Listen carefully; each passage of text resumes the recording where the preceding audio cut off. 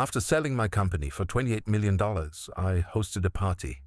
But just before the toast, I saw my wife drop something into my champagne. When no one was looking, I secretly swapped our glasses. Minutes later, she started to, "I'm glad to have you here. Follow my story until the end and comment the city you're watching from so I can see how far my story has reached. My name is Alan, and at 60 years old, I thought I knew my wife better than anyone. After 32 years of marriage, I believed Christina and I shared everything. That belief shattered on what should have been the happiest night of my life. The grand ballroom at the Meridian Hotel sparkled with crystal chandeliers and the laughter of 100 guests. I had just sold my manufacturing company for $28 million, and tonight was our celebration. Christina had insisted on throwing this party, saying I deserved to be honored for building something from nothing. She wore a stunning emerald dress that complemented her silver hair, and for a moment, watching her move gracefully through the crowd, I felt that familiar warmth of pride. This was my partner, my companion, the woman who had stood by me through lean years and prosperous ones. The evening was perfect. Old friends from the industry mingled with family members, sharing stories about the early days when I worked 16-hour shifts to keep the business afloat. My brother Marcus raised his glass during dinner, telling everyone how I had started with just $5,000 and a rented warehouse. Christina smiled beside me, her hand resting on my arm, playing the part of the devoted wife beautifully. But something felt off. Throughout the evening, I caught glimpses of Christina checking her phone, her smile faltering when she thought no one was looking. When our eyes met, she would brighten immediately, but there was something hollow about it. I told myself I was being paranoid, that the stress of selling the company was making me see problems where none existed. The moment that changed everything came during the toast. I had stepped away from our table to greet some late arrivals when I decided to return for the champagne flutes Christina had prepared for our special moment. As I approached from behind a decorative pillar, I saw her standing at our table, her back to me. She glanced around nervously, then reached into her small beaded purse and pulled out what looked like a tiny vial. My blood turned to ice as I watched her uncap it and pour the contents into one of the champagne glasses. The liquid was clear, almost invisible as it mixed with the golden bubbles. She capped the vial quickly and dropped it back into her purse, then turned around with that same radiant smile she had worn all evening. I stood frozen behind that pillar, my mind struggling to process what I had just witnessed. My wife of 32 years had just put something in my drink. The woman who made me breakfast every morning, who knew exactly how I liked my coffee, who had shared my bed for over 3 decades, had just tried to poison me.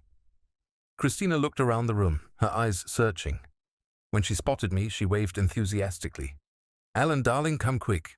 Everyone's ready for the toast." I forced my legs to move, forced my face into what I hoped passed for excitement. My heart pounded so hard I was certain everyone could hear it, but the background noise of conversation and clinking glasses masked the sound of my world crumbling. "Perfect timing," Christina said, pressing a kiss to my cheek. Her lips felt cold against my skin. "I've prepared our special champagne." She gestured toward the 2 flutes on the table. One sat slightly closer to my usual spot, the other positioned where she typically stood. The crowd began gathering around us, faces bright with anticipation. Someone called for quiet. I knew that in moments all eyes would be on us, expecting me to deliver some heartfelt speech about dreams coming true and shared success.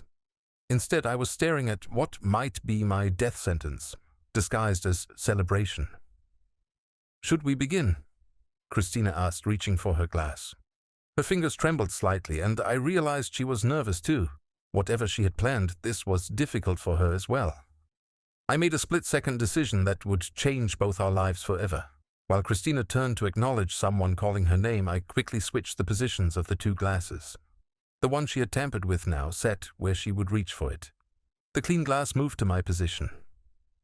"Ladies and gentlemen," I began, raising what had been her glass, "thank you all for being here tonight." Christina lifted what she believed was the untainted champagne, her smile growing wider as she anticipated the success of whatever plan she had set in motion. The crowd fell silent, waiting for my words of gratitude and reflection. "Building this company has been the adventure of a lifetime," I continued, watching Christina's face carefully. "But none of it would have meant anything without the people who believed in me, who stood by me, who shared in both the struggles and the victories. I paused, letting my gaze sweep across the room before settling on Christina. To my beautiful wife, who has been my constant companion through it all, Christina, this toast is especially for you. She beamed, raising her glass higher. To us, she said, her voice carrying clearly across the silent room. To us, I echoed, and we both brought the glasses to our lips. I took a small sip, watching as Christina drank more generously, as if she wanted to appear enthusiastic for our guests. The champagne tasted normal to me, crisp and effervescent. I wondered what she had expected me to taste, what final sensation she had planned for my last moments of consciousness. The crowd erupted in applause and cheers. People surged forward to congratulate us, to shake my hand and embrace Christina. For several minutes we were swept up in the celebration, accepting well wishes and posing for photographs. It was about 10 minutes later when I first noticed the change in Christina. She was talking to our neighbor Janet when her words became slightly slurred. She laughed it off, making a joke about the champagne being stronger than usual. But I saw the confusion flicker across her face, the way she gripped the edge of a nearby chair for support. 20 minutes after our toast, Christina excused herself to the restroom. When she returned, her face had taken on a grayish pallor, and she moved unsteadily. She found me talking with my former business partner and whispered that she wasn't feeling well. Maybe we should head home, she suggested, her voice weaker than before. I studied her face with what I hoped appeared to be concern rather than the cold fascination I actually felt. Are you sure you're okay? You look a bit pale. I'm fine, she insisted, but as she spoke, she swayed slightly. Just tired, I think. It's been such an emotional evening. As the minutes passed, Christina's condition worsened visibly. She became quiet, withdrawn, her usual social butterfly demeanor replaced by an obvious struggle to maintain composure. I watched it all with a mixture of horror and grim satisfaction, knowing that whatever she had intended for me was now coursing through her own system. The irony wasn't lost on me. After 32 years of marriage, my wife had finally revealed her true nature. And in doing so, she had destroyed herself with her own weapon. But I wasn't finished with her yet. I had been planning for this moment longer than she realized. What I haven't told you yet is that I knew this moment was coming. For 3 months I had been living with the knowledge that my wife was slowly killing me. It started with small things that I initially dismissed as coincidence. In February I began experiencing dizzy spells and occasional nausea. Christina suggested I see Dr. Morrison, our family physician, expressing such genuine concern that I felt guilty for not taking better care of myself. She accompanied me to the appointment, holding my hand in the waiting room and asking detailed questions about my symptoms.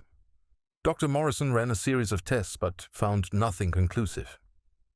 Probably stress from running the business, he suggested. Maybe it's time to think about retirement.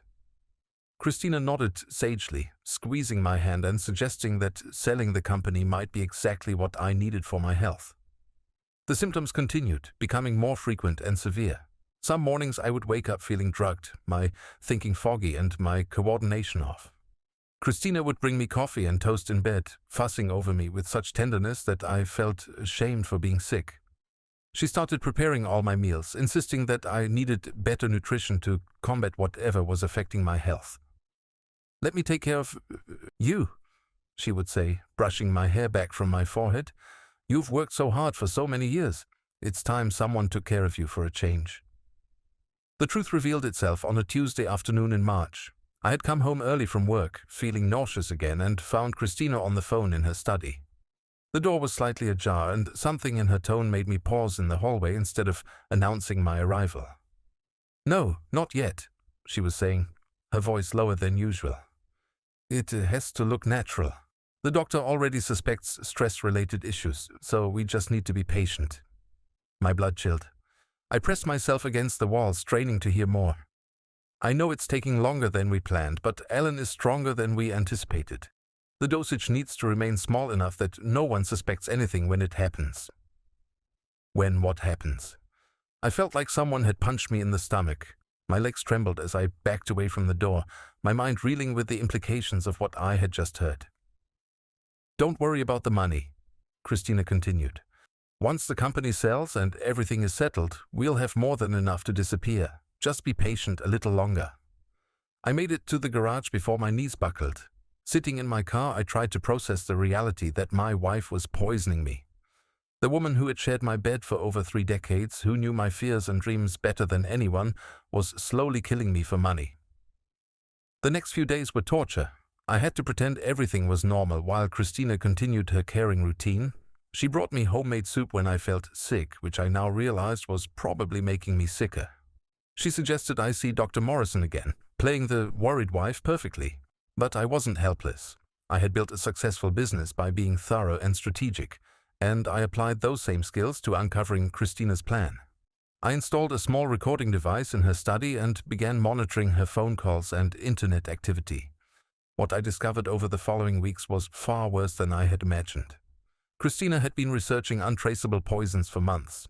Her browser history revealed visits to forums about arsenic poisoning, discussions about symptoms that mimicked natural illness in older men, and searches for information about inheritance laws. She had been planning this for far longer than I had been sick. The recordings revealed the identity of her partner. David Brennan, our financial advisor, the same man who had helped me structure the sale of my company, was conspiring with my wife to kill me. Their phone conversations were detailed and clinical, discussing dosages and timelines like they were planning a business merger rather than murder. Alan's been asking questions about the sale timeline. Christina said in one recorded conversation, "We need to accelerate things. He's getting suspicious about the health issues." "How much longer do you think?" David asked. "Dr. Morrison says stress from the sale could explain a heart attack or stroke.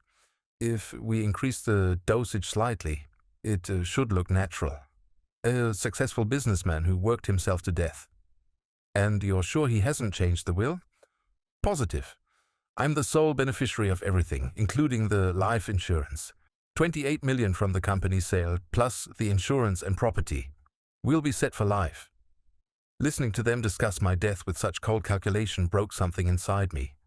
This wasn't a crime of passion or a moment of weakness. Christina had methodically planned to murder me, and she was enjoying the process. The tender care, the concerned wife act, the gentle attention to my declining health. It was all performance. I began documenting everything.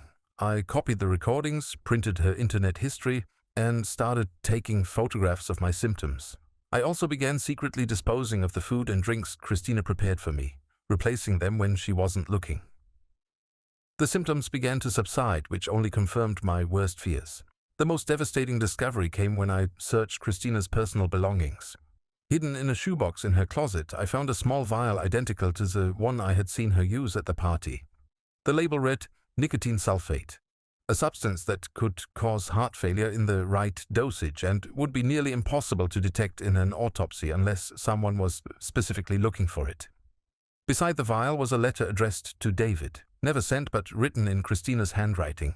"My darling, Alan is getting weaker every day. Soon we'll be free to be together without hiding, without pretending. The money will give us everything we've dreamed of. A new life in Costa Rica just like we planned. I can hardly wait to be your wife instead of his widow." Your wife instead of his widow? Those words echoed in my mind for days. Not only was Christina planning to kill me, but she had already emotionally moved on to her next marriage. I was just an obstacle to be removed, a problem to be solved. I also found travel brochures for Costa Rica, research on countries with limited extradition treaties, and a notebook detailing how she planned to liquidate my assets after my death. She had thought of everything except the possibility that I might discover her plan. As the date of our celebration party approached, I realized that Christina was planning to accelerate her timeline. The stress of the company sale and the excitement of newfound wealth would provide the perfect cover for my sudden death. Who would question a 60-year-old businessman having a heart attack during such an emotional time? I spent weeks planning my response. I knew exactly what Christina would do at the party, and I was ready for her. Every detail had been considered, every possible outcome planned for.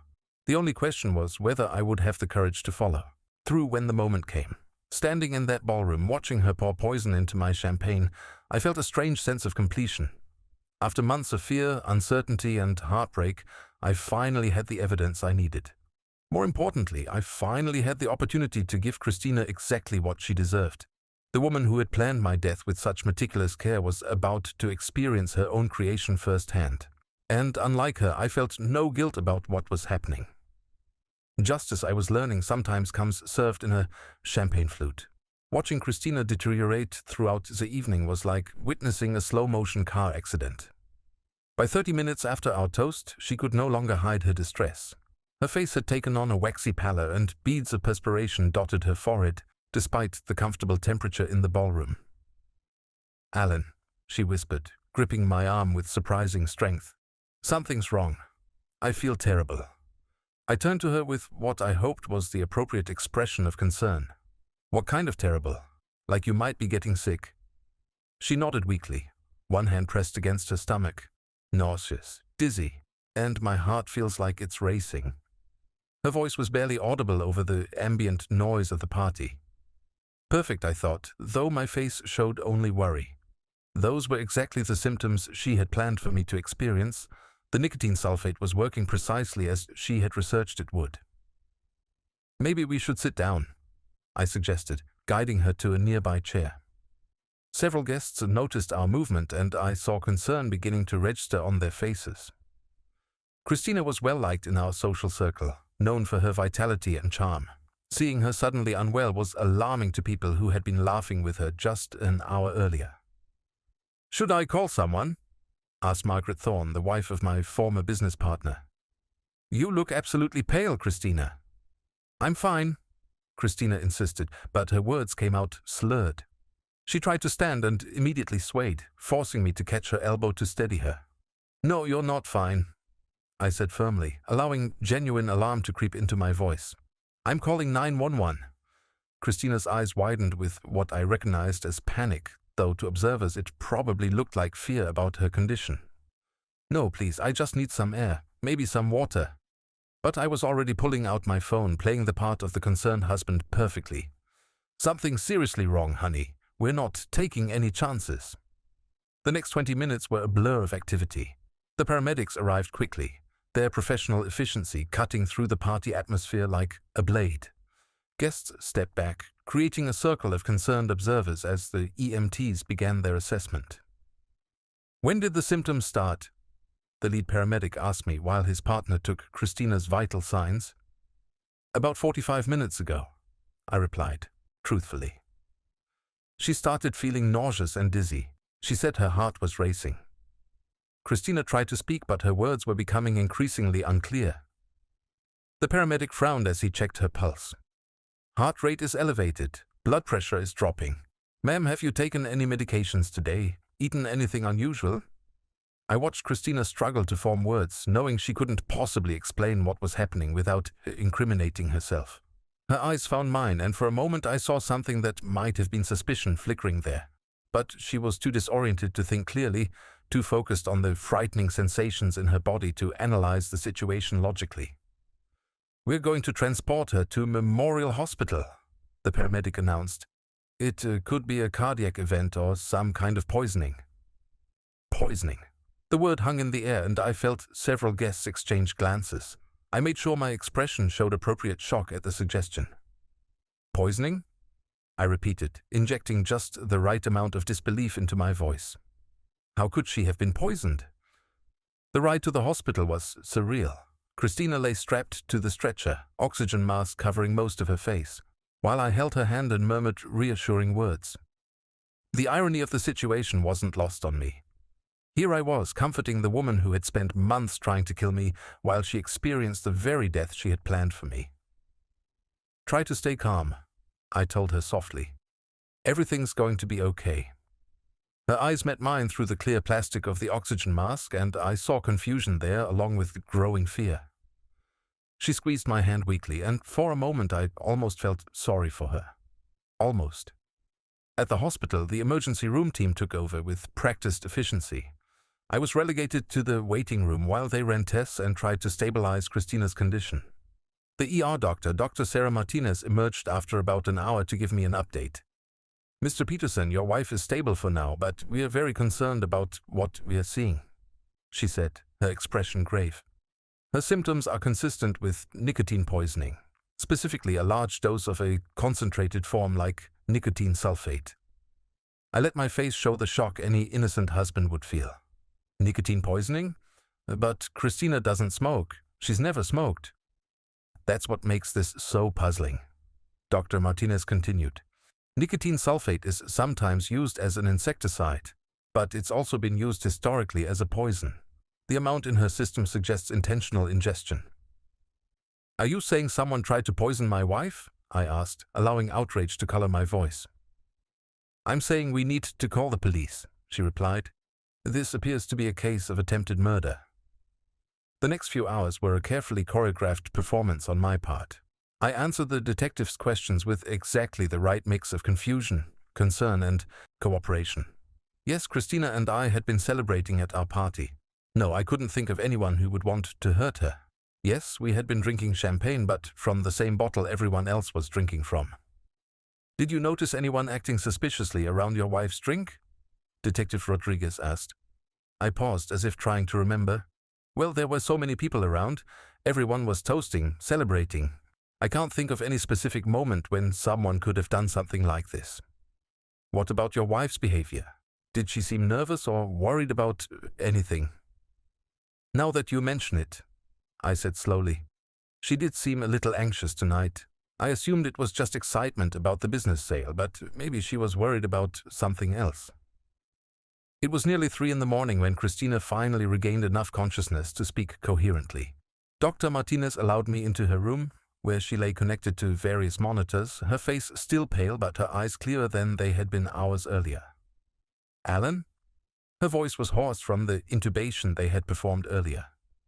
I'm here, I said, taking her hand gently. How are you feeling? Confused, she admitted. The doctors say someone poisoned me. With nicotine. I watched her face carefully as she spoke, looking for any sign that she was beginning to understand what had really happened. I know, it's terrifying. The police are investigating. But who would want to hurt me? She asked, and I heard genuine bewilderment in her voice. I don't have any enemies. I don't know, I replied softly. But we'll figure it out. The important thing is that you're alive. Christina closed her eyes, exhaustion overtaking her. But I wasn't done yet. As she drifted towards sleep, I leaned closer to her ear and whispered something that made her eyes snap open in shock. By the way, Christina, I said quietly, I know about David. I know about everything. Her face went from pale to ashen in an instant. She tried to speak, but only managed a strangled whisper. What? Rest now, I said, patting her hand gently. We'll talk more when you're feeling better. I left her room knowing that her recovery would be far more complicated than the doctors anticipated. The poison in her system would heal, but the poison of her own guilt was just beginning to take effect. The woman who had planned to become a wealthy widow was about to learn what it felt like to be completely powerless.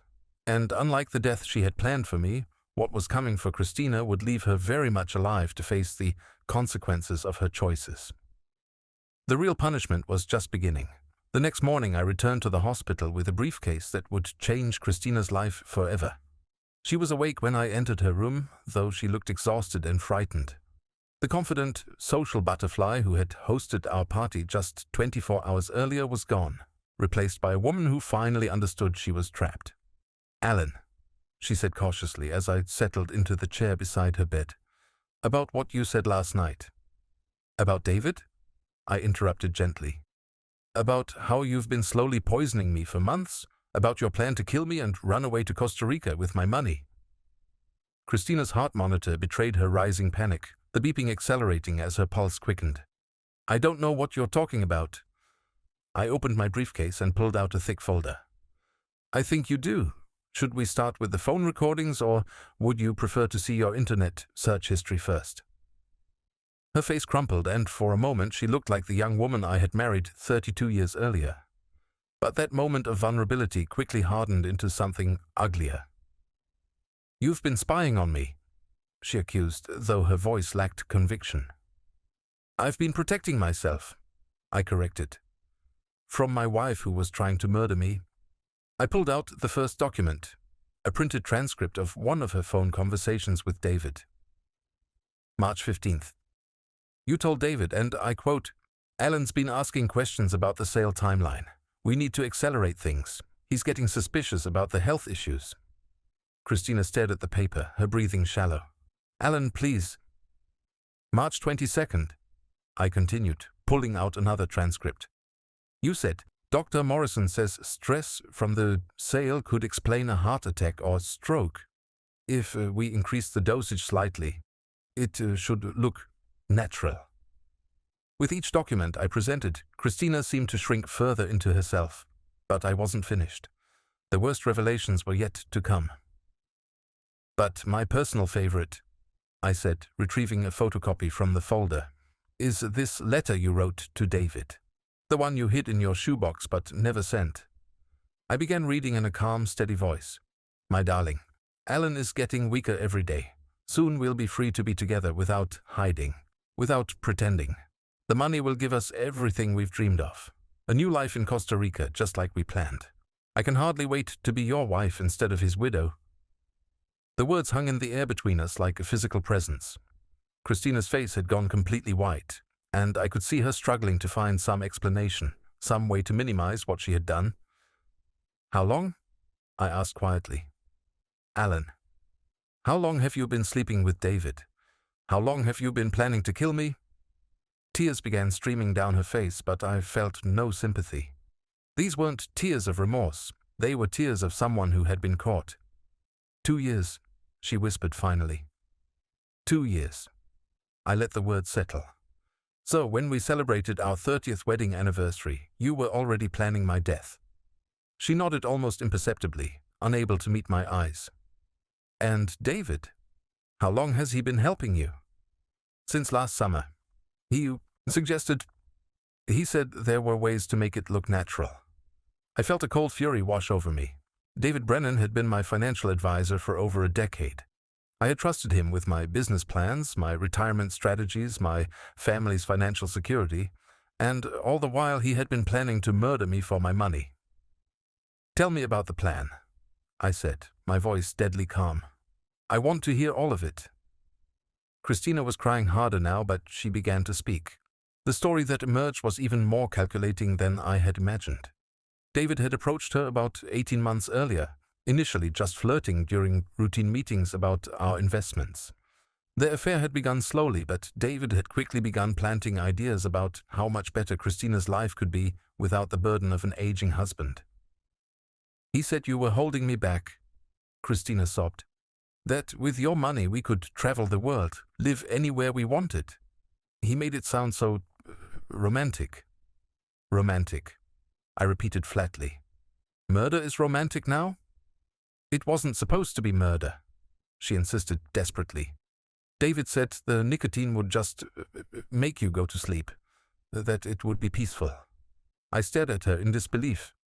Christina, nicotine sulfate causes seizures, cardiac arrest, and respiratory failure. There's nothing peaceful about it. She looked genuinely shocked, as if she had never considered the actual mechanics of how I would die. David said, David lied to you, just like you lied to me. I pulled out another set of documents, bank statements and financial records that David had probably hoped would never see daylight. Did you know that David has been skimming money from my accounts for months? Small amounts, but consistent. He's been stealing from me while planning my death. Christina's eyes widened. That's not possible. David wouldn't, David's been using you, I interrupted. You think he loves you? You think this was about romance?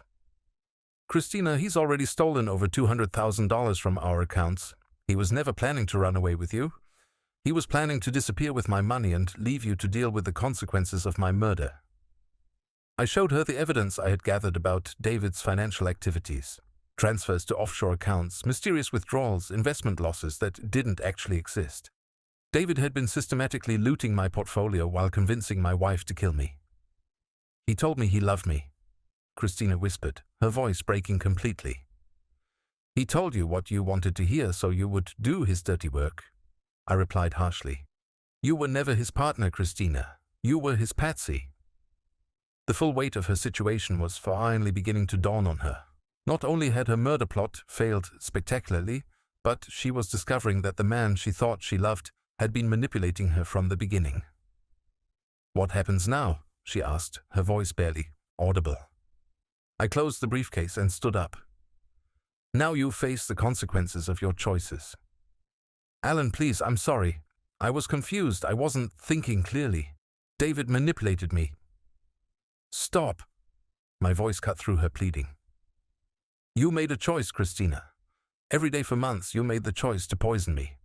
Every morning when you brought me coffee, every dinner you prepared, every time you looked at me with fake concern while I got sicker, those were choices." I walked toward the door, then turned back. "Oh, and Christina.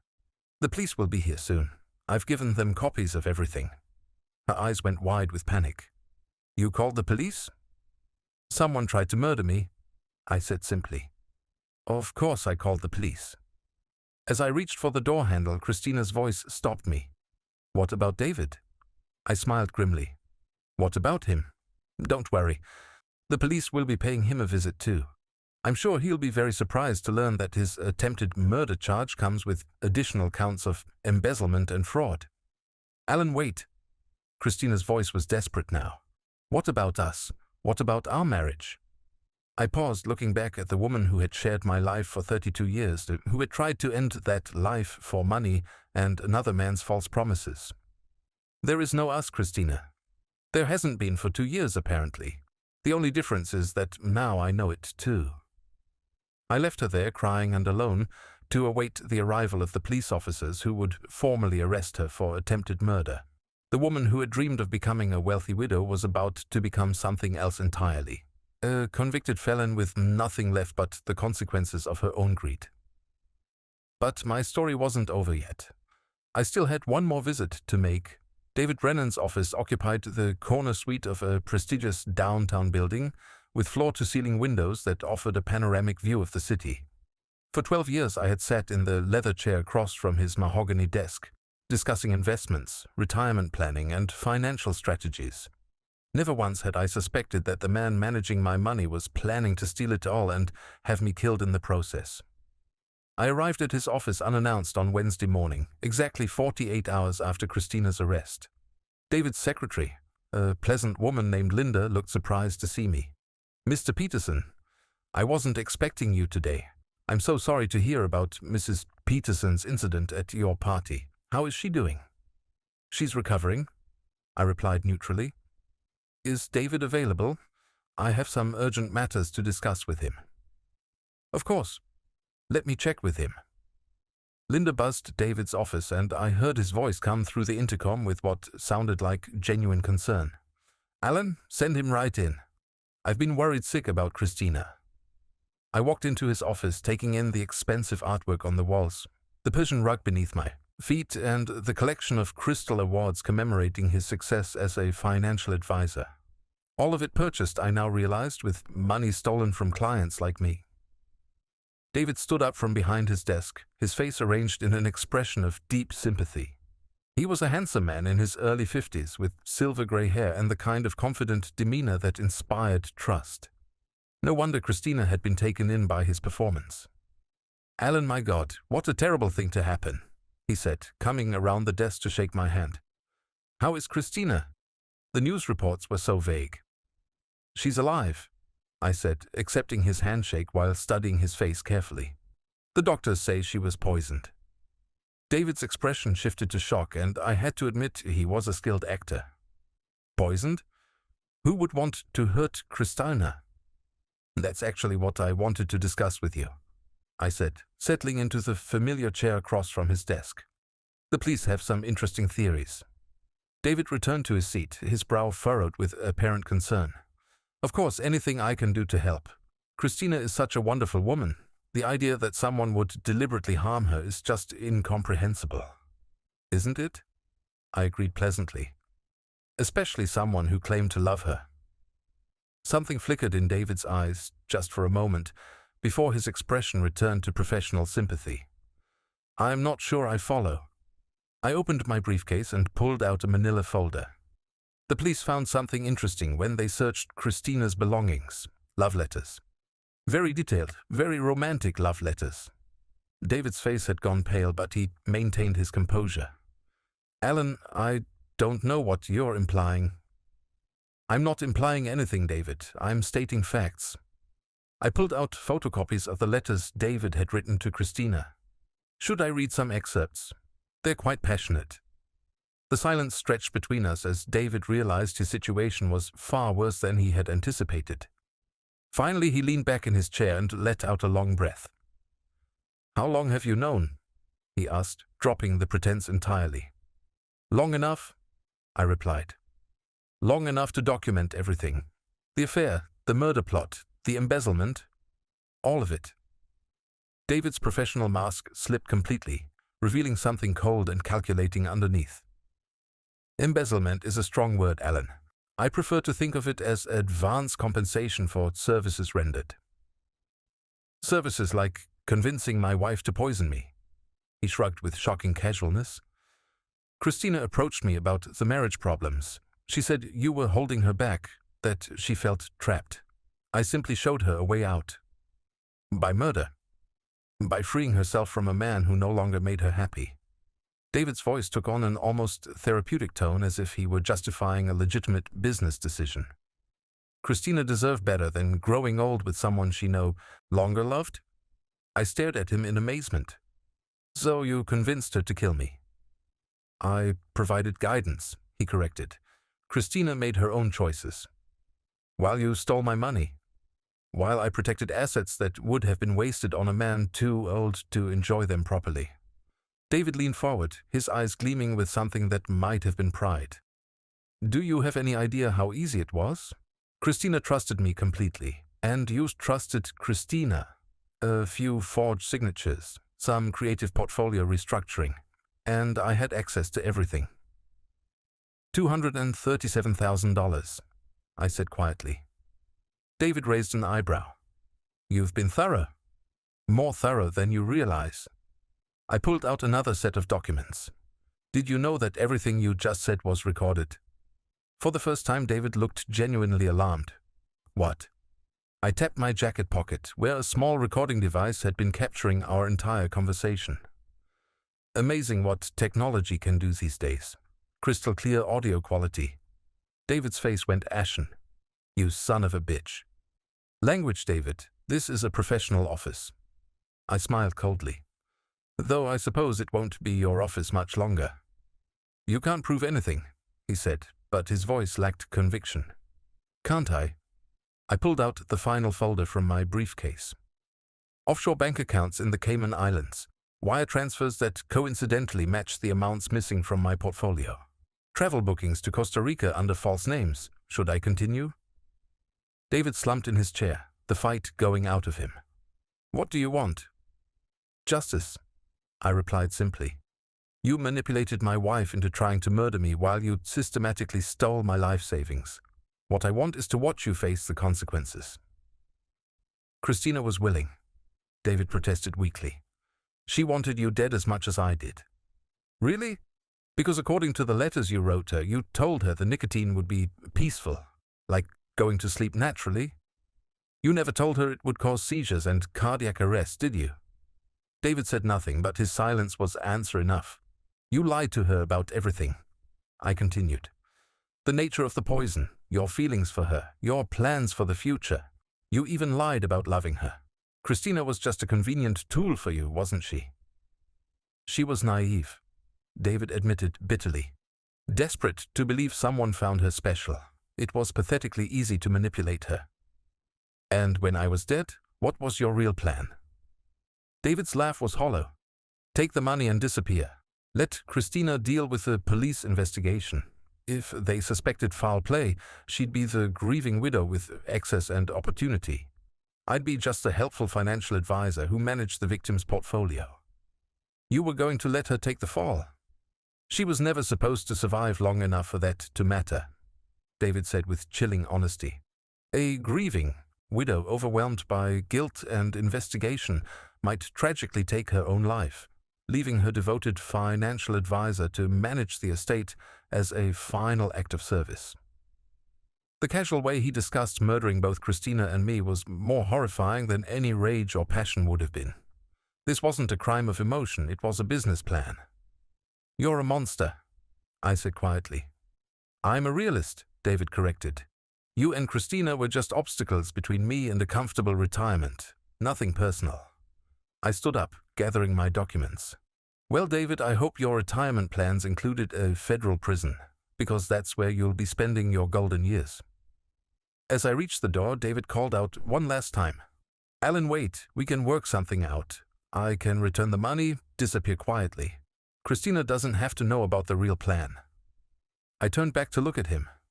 Christina already knows. I told her yesterday that you were using her. She knows you never loved her, that you were planning to let her take the blame for my murder, and that you probably would have killed her too eventually. How did she take it? David asked, and I detected what might have been genuine curiosity. Like a woman who finally understands that the man she destroyed her marriage for never cared about her at all. I smiled grimly. She's been crying for 2 days straight.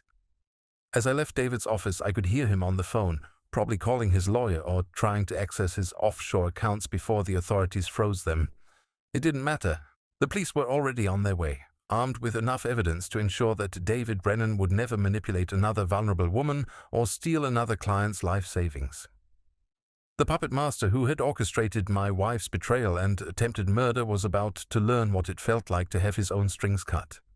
And unlike his victims, David would have decades in prison to contemplate the consequences of his choices. Justice, I was discovering, could be very satisfying indeed. 6 months after the night that changed everything, I sat in my new home office overlooking a tranquil lake that reflected the morning sun like scattered diamonds. The house was smaller than the mansion Christina and I had shared, but it was mine completely. Purchased with money that David Brennan hadn't managed to steal and untainted by memories of betrayal. The legal proceedings had concluded faster than I had expected. Christina pled guilty to attempted murder in exchange for a reduced sentence of 12 years in state prison. The evidence against her was overwhelming, and her attorney had advised her that fighting the charges would likely result in a much harsher penalty. David hadn't been so fortunate. His embezzlement charges, combined with conspiracy to commit murder and financial fraud across multiple states, had earned him a federal sentence of 25 years to life. 53 years old, he would likely die in prison. A fitting end for a man who had planned the deaths of others for profit. I had testified at both trials, describing the months of illness Christina had inflicted on me and the systematic theft of my assets that David had orchestrated. The prosecutors had praised my thorough documentation of the crimes, though I think they were somewhat disturbed by how calmly I had planned my response. Most victims don't have such detailed evidence, the lead prosecutor had commented after David's sentencing. You were remarkably prepared. I spent 40 years building a successful business, I had replied. Preparation is a habit. What I hadn't told him was how satisfying it had been to watch Christina and David realize that their carefully planned crime had trapped them instead of me. The expression on Christina's face when she understood that David had never loved her, that she had destroyed her marriage and committed attempted murder for a man who viewed her as disposable, was something I would never forget. The divorce had been finalized 3 months earlier. Since Christina was incarcerated and facing financial ruin from legal fees, the proceedings were straightforward. I kept the house, the remaining investments, and my business proceeds. She kept nothing except the knowledge that her greed had cost her everything. I had initially planned to sell our family home, but I discovered something interesting when I began going through Christina's personal belongings. Hidden in various locations throughout the house, I found evidence of other affairs dating back nearly 15 years. David wasn't her first lover, just the first one ambitious enough to convince her to commit murder. Among her papers, I also found a diary that chronicled her growing resentment toward our marriage.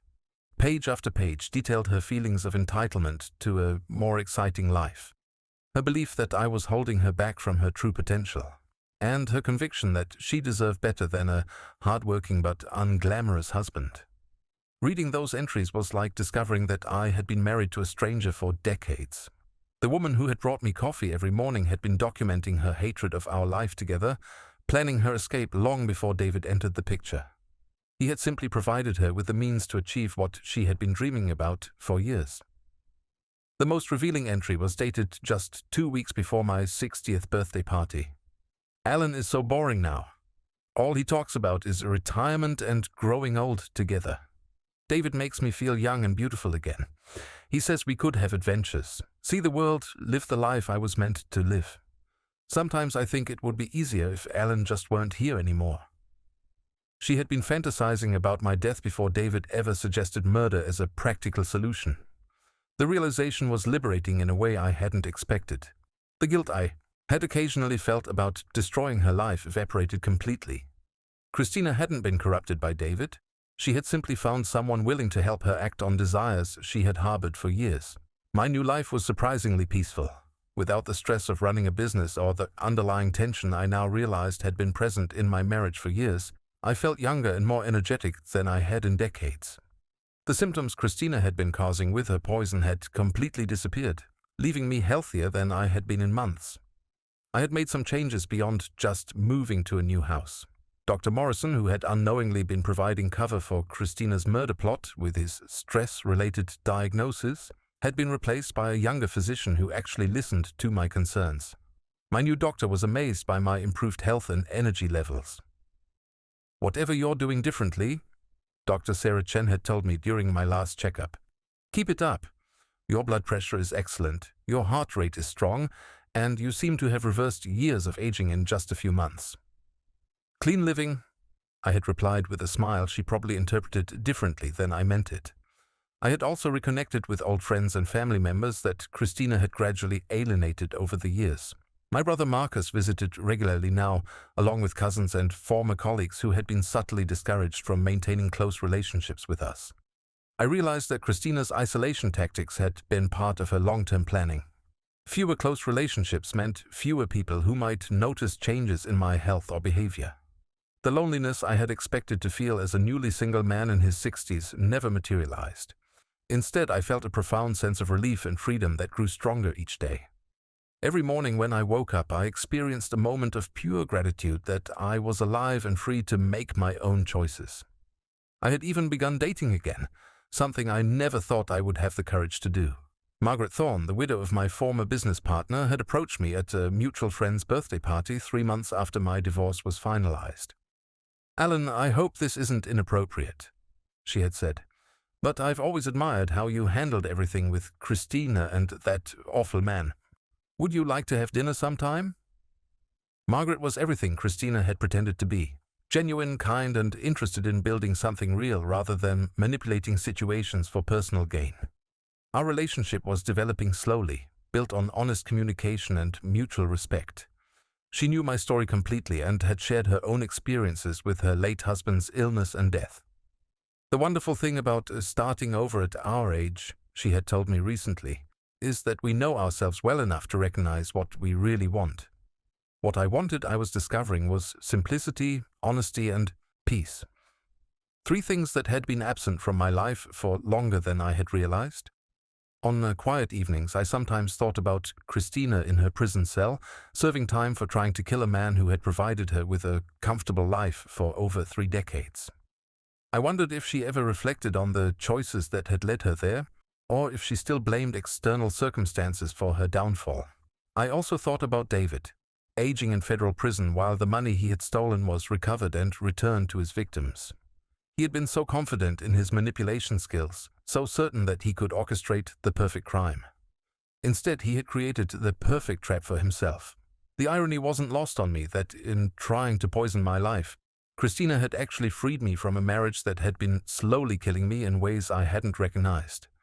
Her betrayal had been the catalyst for creating the life I truly wanted, one built on truth rather than hidden resentments and secret plans.